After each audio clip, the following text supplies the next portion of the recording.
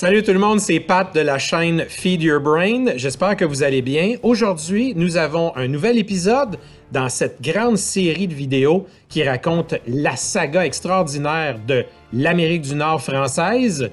Et aujourd'hui, c'est un épisode vraiment spécial parce qu'on va parler de pionniers de notre histoire qui sont malheureusement souvent oubliés, c'est-à-dire les Basques.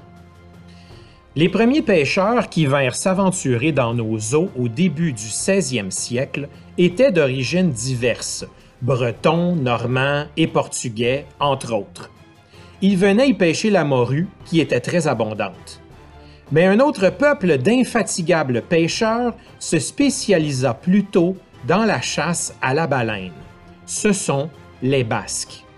Il s'agit d'un peuple européen aux origines très anciennes, qui est établi sur la côte de l'Atlantique, dans le nord de l'Espagne et le sud-ouest de la France.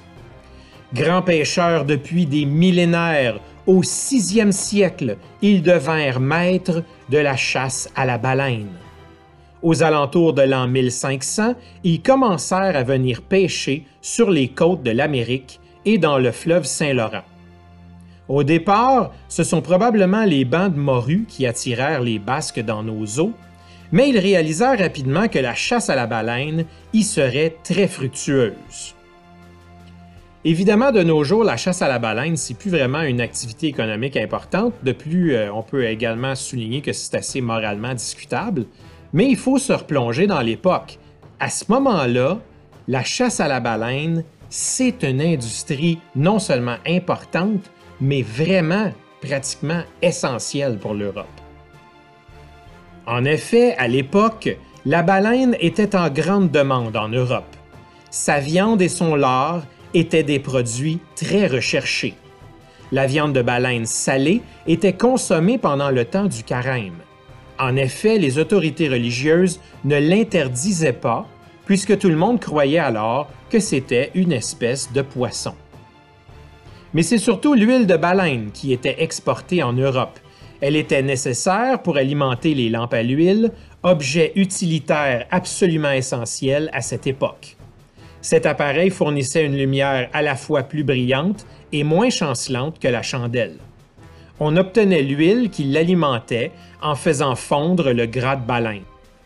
Cette huile avait plusieurs autres usages. On pouvait s'en servir comme lubrifiant et également dans la fabrication du savon, par exemple. Les fanons, quant à eux, étaient utilisés pour fabriquer divers objets comme des arcs ou des casques. Les principales installations basques de la Côte-Nord étaient situées à Blanc-Sablon, à L'Anse-à-la-Cave, à proximité des Bergeronnes, et à Middle Bay, mais d'autres ont été découvertes à Terre-Neuve et au Labrador, notamment à Red Bay.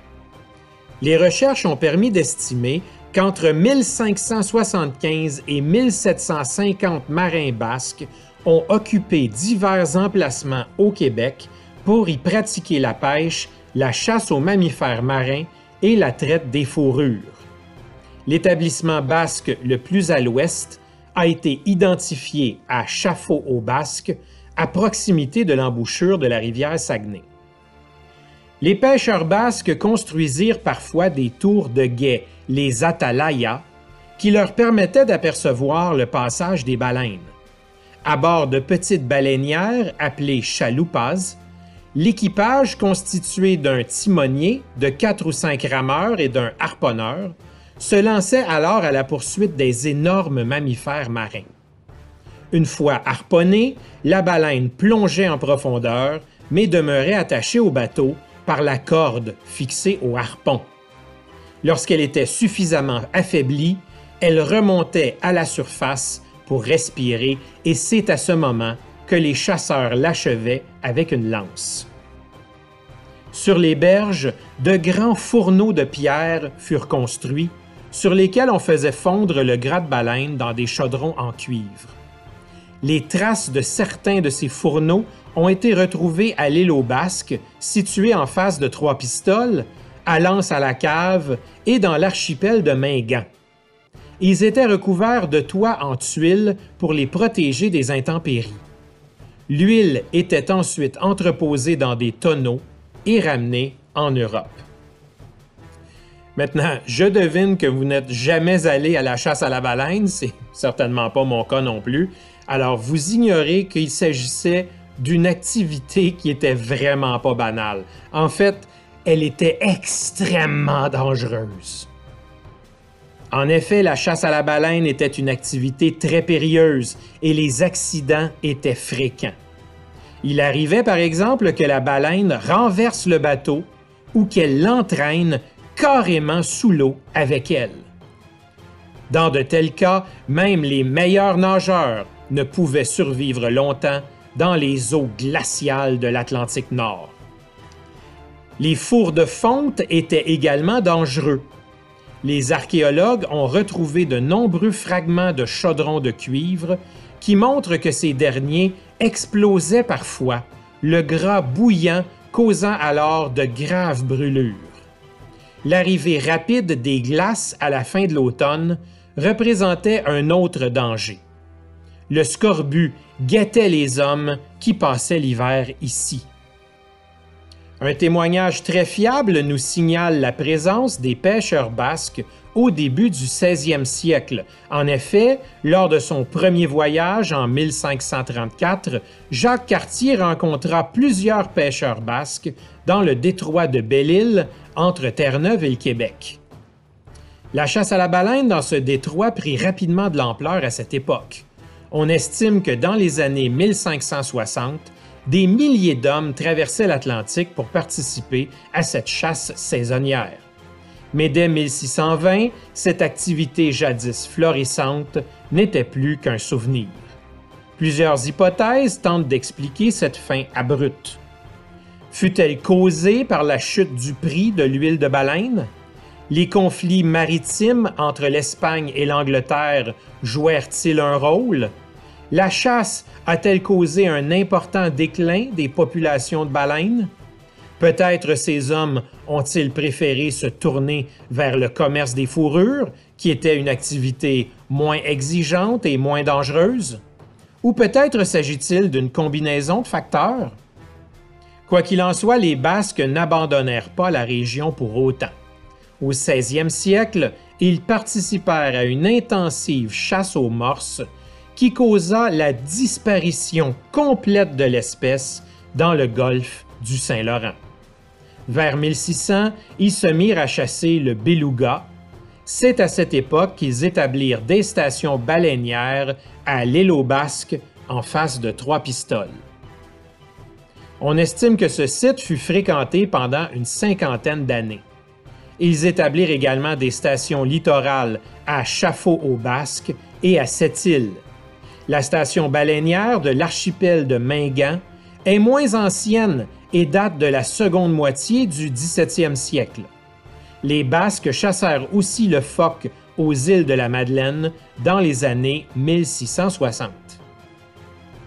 Les Basques firent également du commerce avec les populations locales, comme les Béotucs de Terre-Neuve, les Inuits montagnais et les Micmacs. Il leur arrivait même d'engager des Amérindiens pour travailler dans leur station du détroit de Belle-Île. Ils prirent aussi part au commerce des fourrures. Plusieurs objets d'origine basque ont été retrouvés jusque dans les territoires hurons de l'actuel Ontario. De récentes découvertes archéologiques effectuées près de Blanc-Sablon n'ont pas manqué d'étonner les chercheurs. On a retrouvé des restes d'habitations qui étaient occupées par des Inuits, mais qui avaient été construites avec plusieurs matériaux d'origine étrangère, comme du bois européen et des tuiles basques qui servaient à imperméabiliser les toits. On a également retrouvé des clous, des chaudrons, de la céramique et d'autres artefacts de la vie quotidienne. On en déduit que la présence des pêcheurs européens a eu un impact majeur sur ces populations inuites qui abandonnèrent temporairement leur mode de vie traditionnel nomade pour s'installer en permanence dans ce petit village de pêche. Des relations d'affaires mutuellement fructueuses semblent avoir existé pendant plusieurs années entre les deux peuples. Une coiffe traditionnelle en pointe, portée par les femmes Micmac, pourrait être inspiré de coiffes similaires apportées par les premiers marchands basques en Amérique du Nord. De plus, des mots d'origine basque se retrouvent dans le vocabulaire de certaines langues autochtones de la région, preuve additionnelle de liens étroits entre ces peuples. L'héritage des Basques au Québec est bien visible dans plusieurs noms de lieux tels que Port-au-Basque et l'île aux Basques. Port-au-Choix à Terre-Neuve est probablement une francisation du terme basque Portuchoa, qui signifie petit port. De nombreux sites archéologiques basques ont été retrouvés sur la côte nord, au Bas-Saint-Laurent, au Saguenay et sur les côtes de la Gaspésie. Le mot orignal, utilisé ici pour identifier l'élan, est un mot d'origine basque. Des recherches généalogiques ont démontré qu'au cours des 17e et 18e siècles, au moins 225 Basques s'installèrent de façon permanente au Québec et en Acadie. Beaucoup de Québécois et d'Acadiens comptent ces pionniers parmi leurs ancêtres. Les noms de famille Etcheverry, Turbide, Bernatchez, Castillou, Ostigui, d'Etcheverry, Cheneki, Daguerre et Bénac sont d'origine basque. Alors voilà, vous connaissez maintenant l'histoire de ces intrépides pionniers de l'histoire de l'Amérique, les Basques. J'espère que la vidéo vous a plu. Si c'est le cas, merci de nous donner un pouce levé. N'oubliez pas de vous abonner à notre chaîne et on se revoit très bientôt dans une autre vidéo d'histoire. Au revoir, chers amis.